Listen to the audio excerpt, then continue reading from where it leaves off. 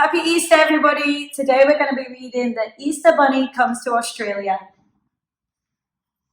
Our story begins in a wonderful place with a boy named Jack and a girl named Grace. They had moved to Australia and longed to explore, make friends, have adventures, and many things more. On the day before Easter, they drove into town. They went to the pet store and looked all around. There in the front was a pen full of bunnies. The small ones were cute and the big ones were funny. They played with the bunnies and fought for a bit, and then they agreed on the most perfect fit. The littlest bunny with a floppity hop, he's the one, they decided. Let's call him Flop. Grace gave Flop a kiss, Jack patted his head, then two happy children climbed into bed.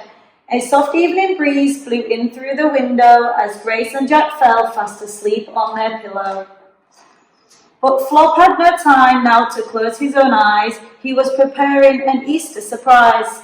Although he was small and he knew it was true, tonight little Flop had a big job to do, for he had a secret he hadn't let show. He was the Easter Bunny, and he had to go. A magical wind gave his whiskers a tickle, his nose how it twitched, his ears how they wiggled. Soon Flop was quite different than ever before, and he couldn't wait, not for one moment more. He raced through the house and out into the night to where he had hidden his eggs out of sight. His marvellous burrow held Easter eggs plenty, to be quite exact, 9,020,000. He packed up the eggs, he looked at the map, he fastened his goggles and his flying cap. Then Flop hopped right into his hot air balloon, and soon he was soaring as high as the moon.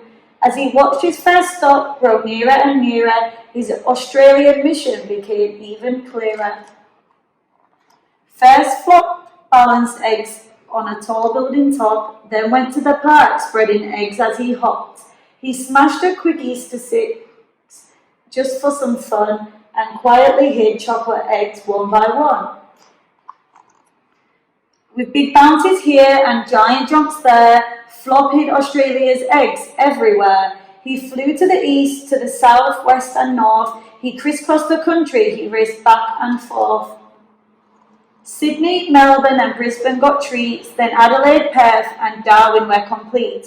Canberra, Hobart, the long list went on. Flop was delivering eggs until dawn.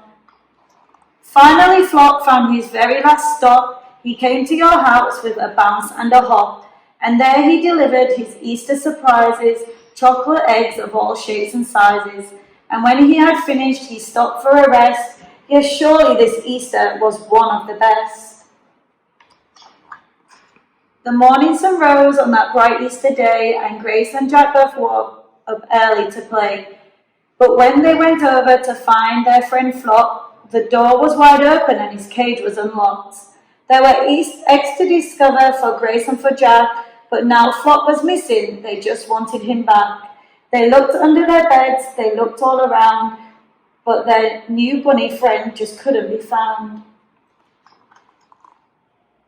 Then from the garden came a faint tap, tap, tap. They rushed and they stumbled.